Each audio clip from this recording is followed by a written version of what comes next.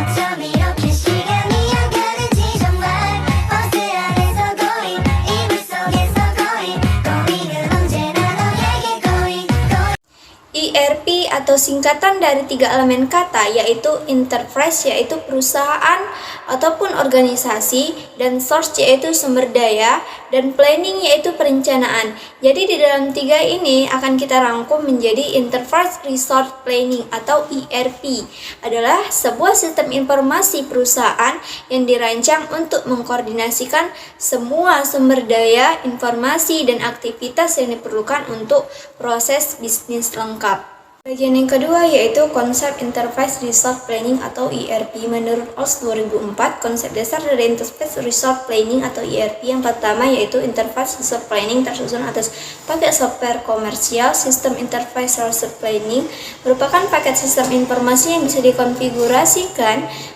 dan yang ketiga yaitu satu basis data, satu aplikasi, dan satu kesatuan antarmuka di semua enterprise atau TAGER 1998.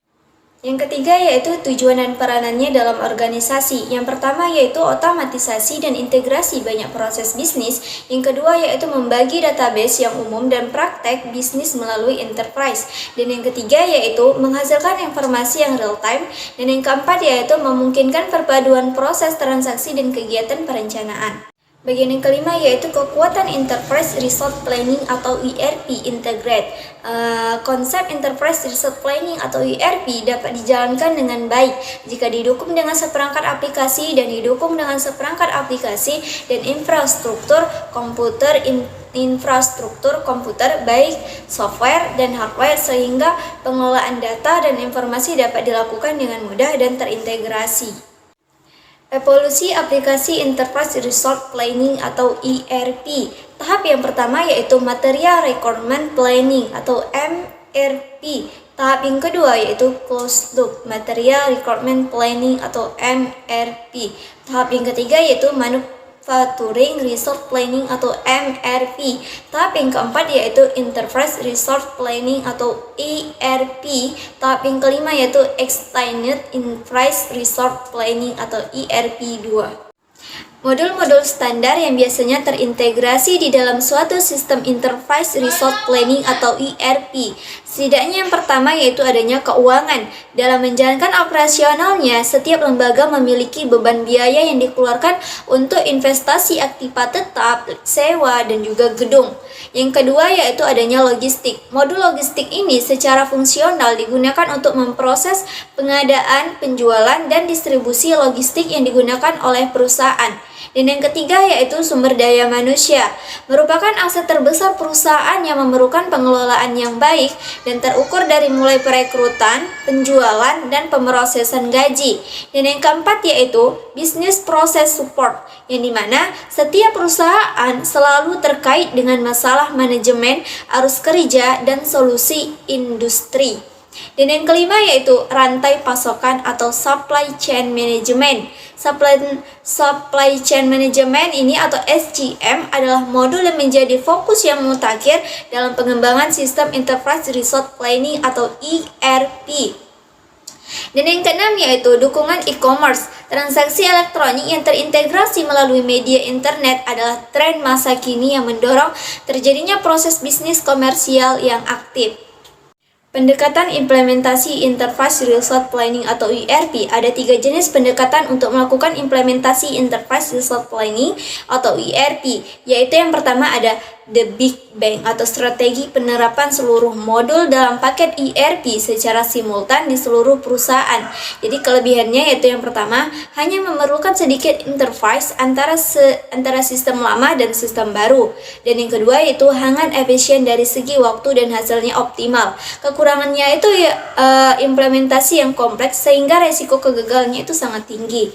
Yang kedua yaitu step by step atau phase approach, melakukan implementasi sedikit demi sedikit.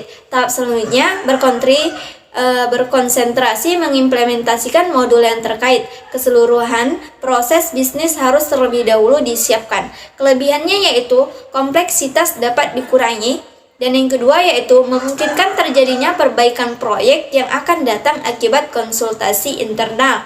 Dan yang ketiga yaitu ongkos tidak terlalu membebani. Kekurangannya yaitu waktu implementasi keseluruhan lebih panjang. Dan yang kedua, manfaat ERP hanya dapat dirasakan sedikit demi sedikit akibat hasil tidak optimal. Smile Bank atau pilot approach yang dimana pembuatan modal implementasi pada salah satu site atau fungsi perusahaan sebagai pilot project dan diteruskan ke fungsi atau site yang terkait. Kelebihannya yaitu biaya relatif rendah dan yang kedua kompleksitas berkurang. Kekurangannya hanya membutuhkan banyak kustomisasi akibat adanya operasi spesifik antar site.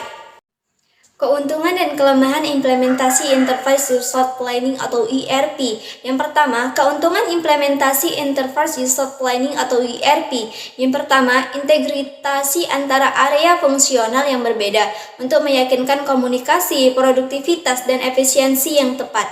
Dan yang kedua yaitu rancangan perekayasaan. Dan yang ketiga, pelacakan pemesanan dari penerimaan sampai fulfillment. Dan yang keempat, mengatur saling ketergantungan dari proses penagihan material yang kompleks.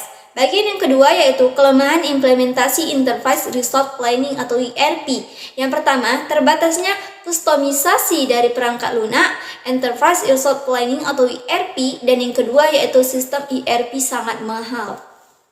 Dan manfaat menggunakan Enterprise Resource Planning atau ERP. Yang pertama, terintegrasi data keuangan. Yang kedua, standarisasi proses operasi. Dan yang ketiga, standarisasi data dan informasi.